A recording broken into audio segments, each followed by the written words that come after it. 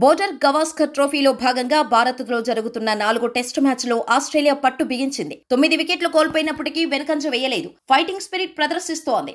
భారత్పై ఏకంగా 333 పరుగుల ఆధిక్యతను సాధించింది. నాథన్ లయాన్ 54 బంతులను ఎదుర్కొని 41 పరుగులు చేశాడు. ఇందులో ఏకంగా 5 ఫోర్లు ఉన్నాయి. స్కాట్ బోలాండ్ 65 బంతులను ఎదుర్కొనడం అంటే అసాధారణ విషయం. ఒక ఫోర్ సహాయంతో 10 పరుగులు చేశాడు. వీరిద్దరూ 4వ రోజు నాటౌట్ గా మిగిలారు. ఇద్దరూ కలిసి 110 బంతులను ఎదుర్కొన్నారు. 55 పరుగులు చేశారు. కెప్టెన్ రోహిత్ శర్మ బౌలర్లను పదే మార్చినా ఉపయోగం లేకుండా పోయింది. బుమ్రా, సిరాజ్, రవీంద్ర జడేజా, ఆకాష్ దీప్ కు తోడుగా నితీష్ కుమార్ రెడ్డి, వాషింగ్టన్ సుందర్ బౌలింగ్ కు దిగినప్పటికీ ఏమాత్రం ఉపయోగం లేకుండా పోయింది. అయితే మెల్బోర్న్ క్రికెట్ గ్రౌండ్ లో హైయెస్ట్ రన్ చేజింగ్ 332 పరుగులు. 1928లో ఇంగ్లాండ్ ఈ రికార్డును సాధించింది. ఆ తర్వాత దీన్ని బద్దలు కొట్టడం ఎవ్వరి తరమూ కాలేదు. ఏ జట్టు కూడా ఈ ఫీటును ఇప్పటి వరకు అందుకోలేదు. తాజాగా జరుగుతున్న టెస్ట్ మ్యాచ్ లో ఆస్ట్రేలియా ఇప్పటికే 333 పరుగులు సాధించింది. ఇంకా ఒక వికెట్ చేతిలో మిగిలి ఉన్న నేపథ్యంలో ఇంకా కాసిన్ని పరుగులు దీనికి జత కావడం ఖాయమైననడంలో సందేహాలు అక్కర్లేదు. కాబట్టి రేపు చివరి రోజు భారత్ గెలిస్తే మాత్రం